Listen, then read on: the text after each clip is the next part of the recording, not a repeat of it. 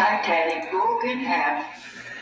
And that's when the people started jumping into the water and screaming. That's when they screamed. It was terrible. Screamed for the women, and all.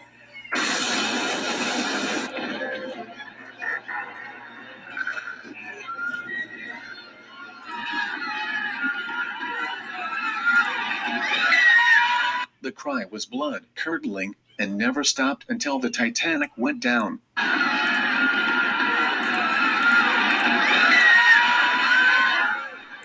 When the explosion occurred, the deck gave way in the middle, and the people standing there fell to the bottom of the hold. The sight that followed was too awful to put into words. Most of the steerage passengers were killed when the deck broke under.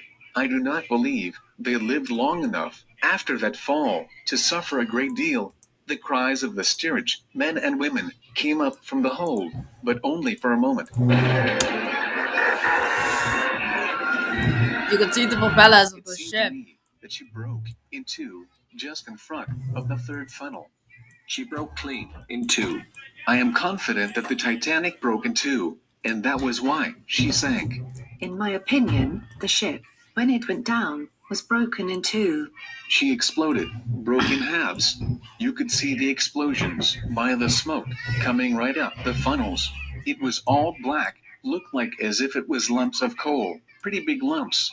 Just after the explosion, through the funnels, steam, and very black smoke. When the ship was sinking, a volume of smoke came up. After the noise, I saw a huge column of black smoke, slightly lighter than the sky, rising high into the sky, and then flattening out at the top, like a mushroom. Suddenly, the whole superstructure of the ship appeared to split, well forward to midship, and bow or buckle upwards.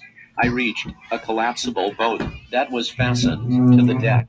The Titanic gave a lurch downward, and we were in the water, up to our hips. She rose again slightly, and I succeeded in cutting the second rope. We heard a fearful explosion. I saw the ship split open. At the same time, the ship's bow rose up in the air as the steamer sank towards the center. Suddenly her nose, on which I was, seemed to suddenly rise from underneath the water. She exploded in the water. Her stern end was up out of the water. It blew her stern up.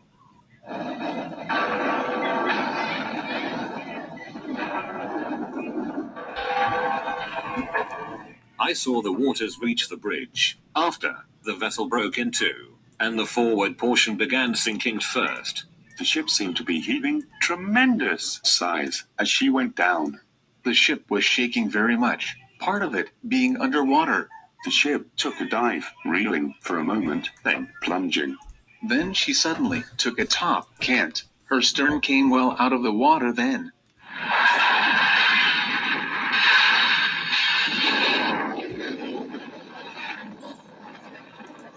The mass of people on board were surging back, always back, toward the floating stern. Their idea was to get onto the poop.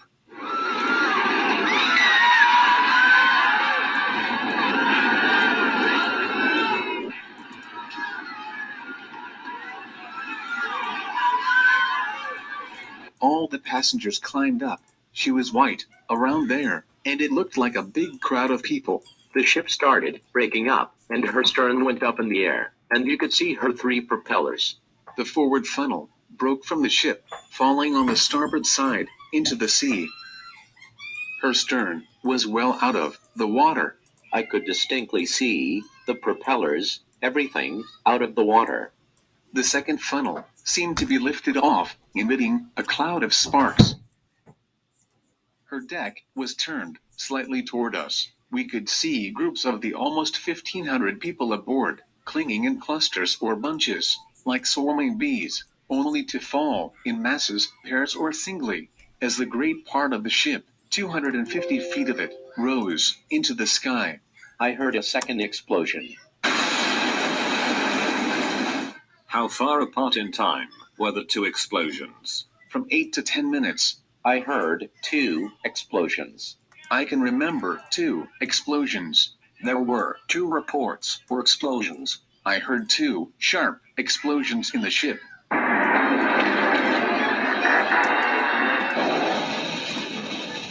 The screaming and the hissing kept up, and finally the ship seemed to right itself. The after part righted itself.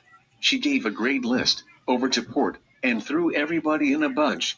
She threw them over. I clambered on the side when she chucked them. Many hundreds, I should say. The after part floated back. The funnel seemed to cant up towards me. It seemed to fall up this way. When she broke off, her stern end came up in the air and came down on a level keel. The after part settled down again, and we thought the after part would float altogether. The after part righted itself again, and the fore part had disappeared. Her poop righted itself, and I thought to myself, the poop is going to float. It uprighted itself as if nothing had happened. You said this vessel took a lurch to port and threw them in a heap. Did she come back? Did she right herself at all? No, She took a lurch and she did not return. she did not return. I eventually got onto the starboard side of the poop, on the side of the ship. The lights were still on, in the after end of the ship, after the first and second explosions. When she came back like that, on a level keel, were there any lights? Right aft. The lights were right aft. What were burning on the after end, what was floating. Did they continue burning right away aft to the taffrail? Yes, right aft.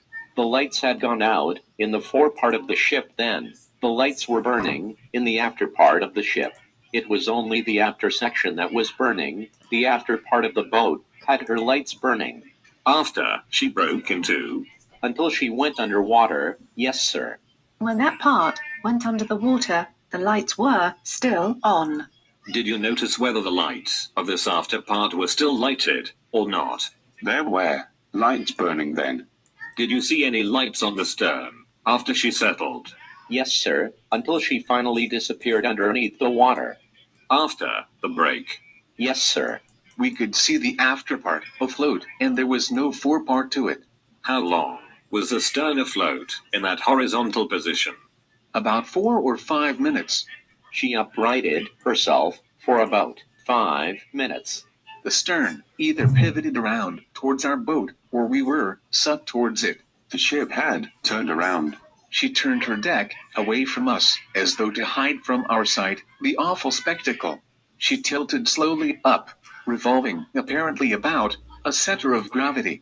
The stern then seemed to rise in the air and stopped at about an angle of 60 degrees. It seemed to hold there for a time. The rumble and roar continued with even louder distinct wrenchings and tearings. It was a noise no one had heard before, and no one wishes to hear again. It was stupefying, stupendous. It was as if all the heavy things one could think of had been thrown downstairs from the top of a house, smashing each other and the stairs and everything in the way.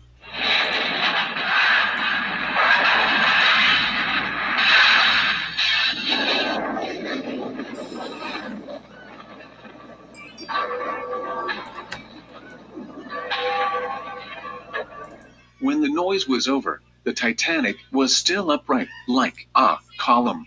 We could see her now only as the stern, and some 150 feet of her stood outlined against the star-specked sky, looming black in the darkness, and in this position she continued for some minutes.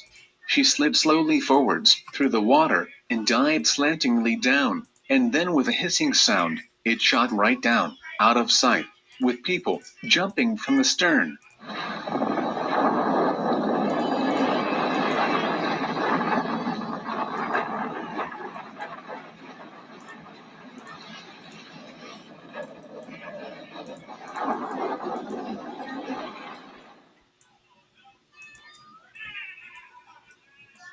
You would think by now people would have caught on to the fact that family content is